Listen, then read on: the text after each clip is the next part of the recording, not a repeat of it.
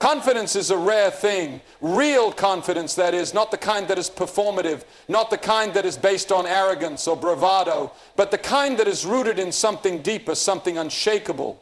When the psalmist says, "My heart shall not fear," he is making a profound statement about the nature of courage, about what it means to stand firm even when everything around you is uncertain. And that is something worth thinking about seriously, because life is uncertain, it is unpredictable.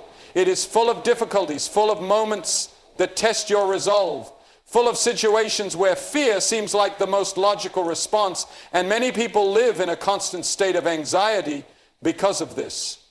They are always looking over their shoulder, always expecting something to go wrong, always waiting for the next disaster. They are controlled by their fear, and as a result, they never truly live. But the psalmist takes a different approach. He does not say there is nothing to be afraid of. He does not pretend that danger does not exist. Instead, he makes a choice. My heart shall not fear. That is not an emotional reaction. That is a decision. It is a declaration of how he will respond to whatever comes his way, and that is where real confidence begins. Not in the absence of fear, but in the refusal to let fear dictate your actions. This kind of confidence does not come from ignorance. It does not come from pretending that everything is fine when it is not. It comes from understanding something deeper, something that makes fear powerless. Because if your confidence is based on your circumstances, you will always be unstable. You will always be shifting, always adjusting, always wondering whether or not you are truly secure. And that is a dangerous place to be. Many people try to manufacture confidence. They tell themselves to think positively. They surround themselves with affirmations, with motivational slogans, with temporary boosts of self-esteem. But none of that lasts.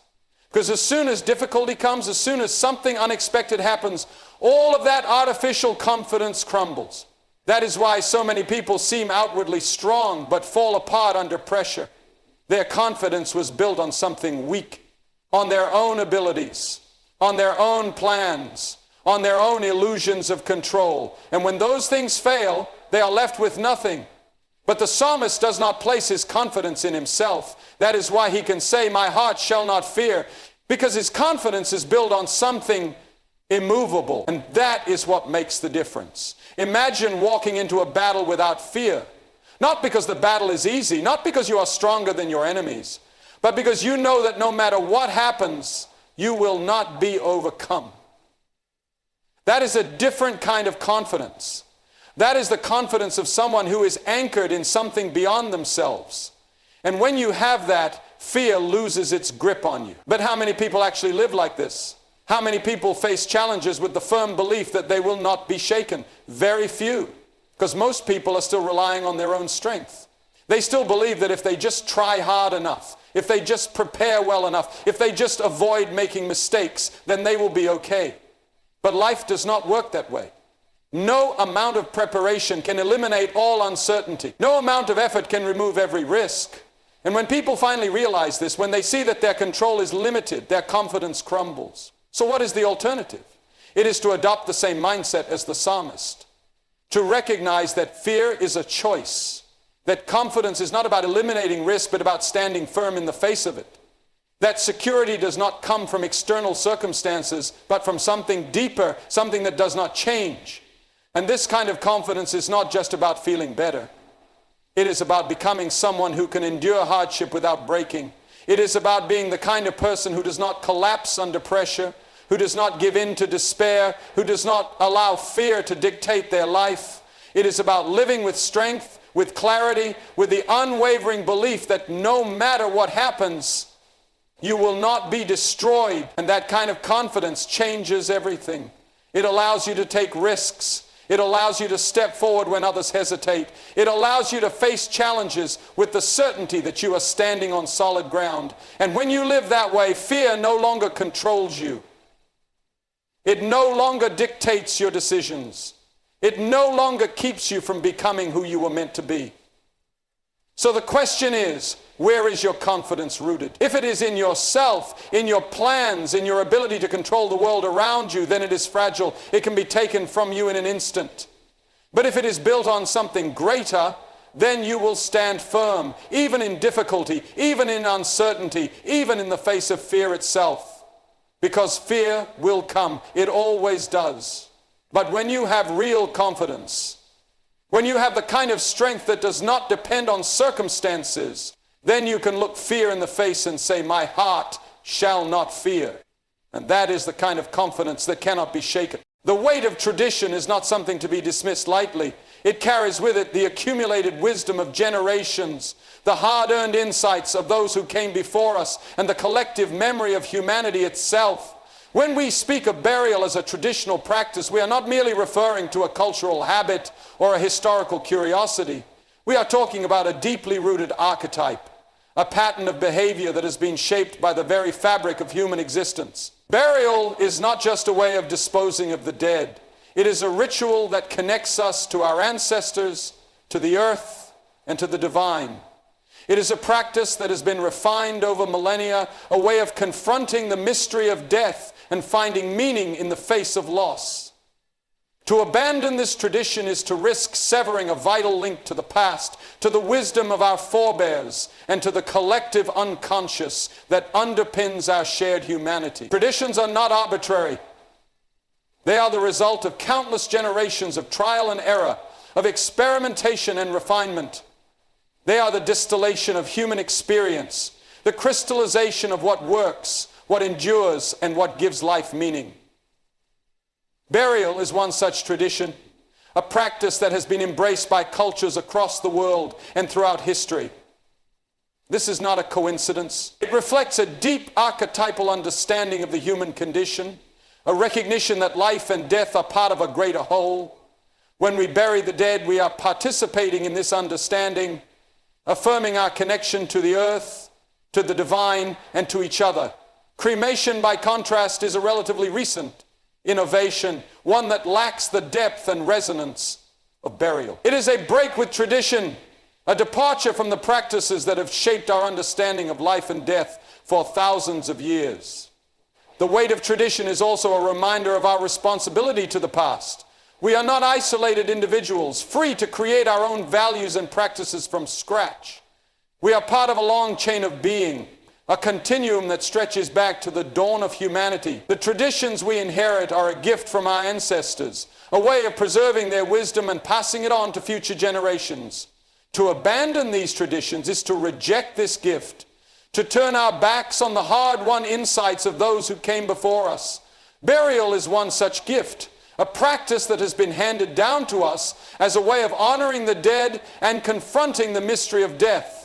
Cremation, by contrast, is a rejection of this gift, a refusal to accept the wisdom of the past. It is a statement that we know better, that we can create our own rituals and practices without regard for the traditions that have shaped us.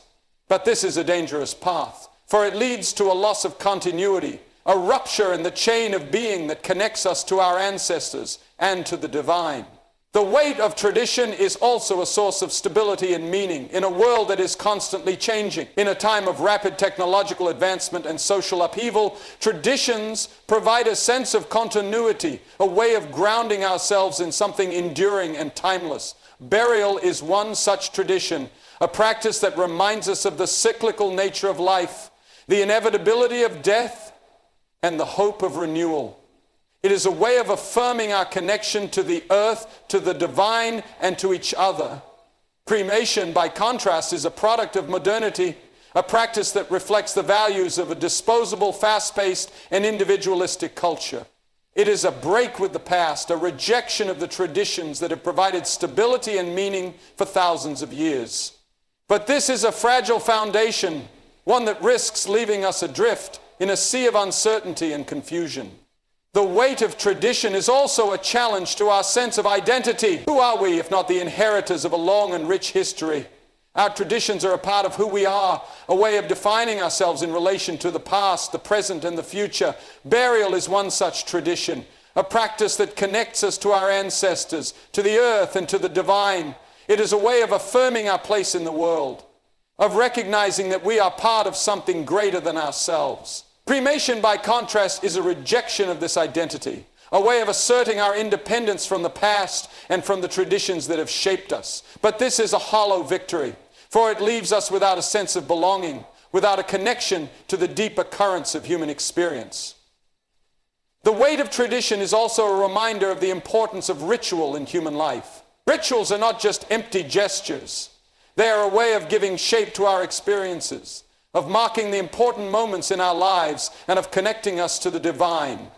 Burial is one such ritual, a practice that allows us to confront the mystery of death and find meaning in the face of loss.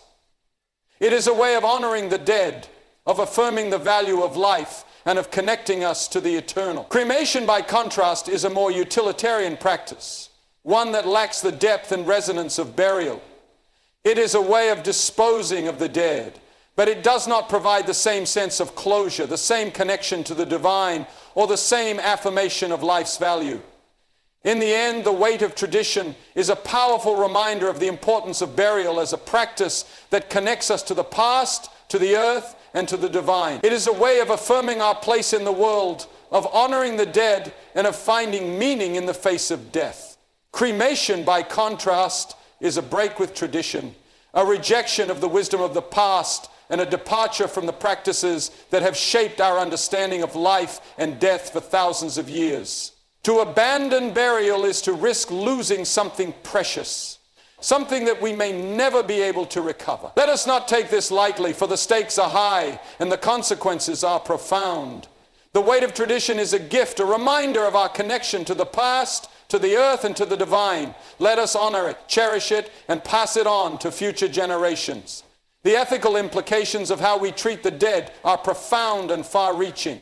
They touch on the very core of what it means to be human, to live with dignity, and to honor the sacredness of life. When we consider the practice of cremation, we must ask ourselves what it means to reduce a human body to ashes. Is this an act of respect, or is it a failure to fully confront the gravity of death and the dignity of the deceased? The way we treat the dead reflects our values, our priorities, and our understanding of what it means to live a meaningful life. If we treat the body as disposable, what does that say about our respect for the individual who once inhabited it? If we fail to honor the dead, what does that reveal about our capacity for compassion, for reverence, and for moral responsibility? The body is not just a physical object, it is a vessel that once held a unique and irreplaceable individual. It is a testament to the life that was lived, to the struggles endured, the joys experienced, and the relationships formed. To treat the body with disrespect is to dishonor the person who once inhabited it. It is to reduce their existence to something transient and insignificant. Cremation, in this sense, can be seen as a failure to fully acknowledge the value of the individual. It is a way of disposing of the body quickly and efficiently, but it does not provide the same level of respect and reverence as burial. The body is burned, reduced to ashes, and scattered, leaving no lasting memorial, no tangible reminder of the life that was lived. This is a profound loss, not just for the deceased, but for the living as well. The ethical implications of cremation also extend to our relationship with the natural world. Burial is a way of returning the body to the earth, of acknowledging our connection to the natural order. It is an act of humility, a recognition that we are part of something greater than ourselves. Cremation, by contrast, is a more artificial process, one that involves the use of fire and technology to destroy the body. It is a way of asserting control over death, of refusing to submit to the natural cycle of life and decay. But this is an illusion, a false sense of mastery that only serves to distance us from the truth. We cannot escape death, nor can we escape the responsibility to honor the dead.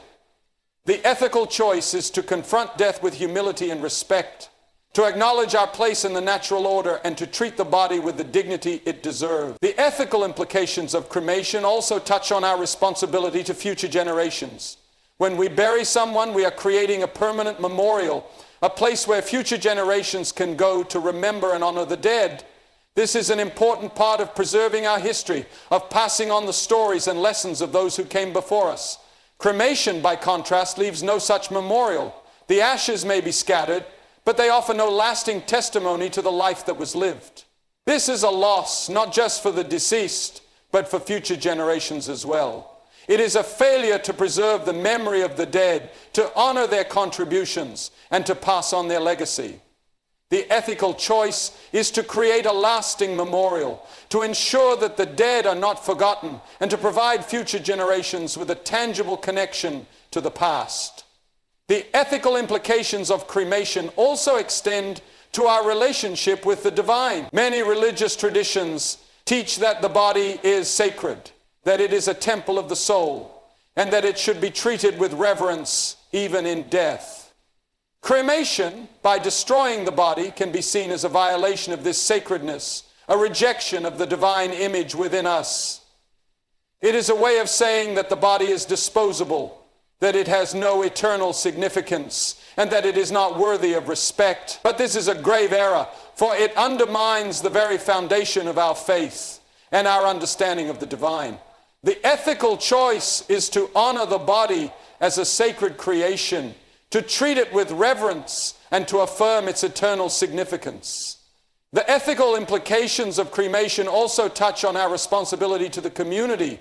When we bury someone, we are creating a sacred space, a place where the community can come together to mourn and remember. This is an important part of the healing process, a way of bringing people together in their grief. It is a way of affirming the bonds that connect us, of reminding us that we are not alone in our suffering. Cremation, by contrast, can be a more solitary act. The ashes may be kept in an urn or scattered in a private ceremony, but this does not have the same communal significance as a burial. It can create a sense of isolation, a feeling that the grief is private and personal. But grief is not meant to be borne alone. It is a shared experience, one that requires the support of the community. The ethical choice is to create a space for communal mourning, to honor the dead together, and to affirm the bonds that connect us. In the end, the ethical implications of cremation are profound and far-reaching. They touch on our respect for the individual, our relationship with the natural world, our responsibility to future generations, our connection to the divine, and our commitment to the community. Cremation is not just a practical decision. It is a moral choice, one that reflects our values, our priorities, and our understanding of what it means to live a meaningful life. The ethical choice is to honor the dead with reverence and respect, to treat the body as a sacred creation, and to affirm the eternal significance of the individual. Let us not take this lightly, for the stakes are high and the consequences are profound. The way we treat the dead is a reflection of who we are, and it shapes the world we leave behind. Let us choose wisely, with humility, respect, and a deep sense of moral responsibility. The environmental argument for cremation is often presented as a pragmatic and forward-thinking choice, a way of reducing our ecological footprint and addressing the practical challenges of modern life. Proponents argue that cremation is more sustainable than traditional burial, as it requires less land, avoids the use of embalming chemicals, and eliminates the need for caskets and burial vaults. On the surface, this seems like a compelling case, one that aligns with the growing concern for environmental preservation and the need to make responsible choices in a world facing ecological crisis. But this argument, while well-intentioned, is ultimately shallow and incomplete. It fails to consider the deeper spiritual, ethical, and cultural implications of how we treat the dead, and it risks sacrificing the sacred on the altar of convenience. The environmental benefits of cremation, while not insignificant, must be weighed against the profound cost of abandoning a practice that has shaped our understanding of life, death, and the divine for thousands of years. Let us first examine the environmental claims in more detail. It is true that traditional burial can have a significant ecological impact. The use of embalming fluids, which often contain toxic chemicals like formaldehyde, can leach into the soil and groundwater, posing risks to the environment and public health. Caskets, particularly those made from non-biodegradable materials, can take decades or even centuries to decompose, contributing to long-term environmental degradation. Burial vaults, which are often required by cemeteries to prevent the ground from sinking, further compound the problem by adding concrete and other non-renewable materials to the equation. In contrast, cremation eliminates many of these issues. It requires less land, as ashes can be stored in urns or scattered in designated areas, and it avoids the use of embalming chemicals and non-biodegradable caskets. From a purely practical standpoint, cremation appears to be the more environmentally friendly option. But this is only part of the story. The environmental argument for cremation overlooks the fact that traditional burial can be made more sustainable through alternative practices. Green burials, for example, are becoming increasingly popular as a way of reducing the ecological impact of interment. These burials avoid the use of embalming fluids, opting instead for natural preservation methods such as refrigeration or dry ice. They use biodegradable caskets or shrouds made from materials like bamboo, wicker, or untreated wood, which decompose more quickly and leave a smaller environmental footprint.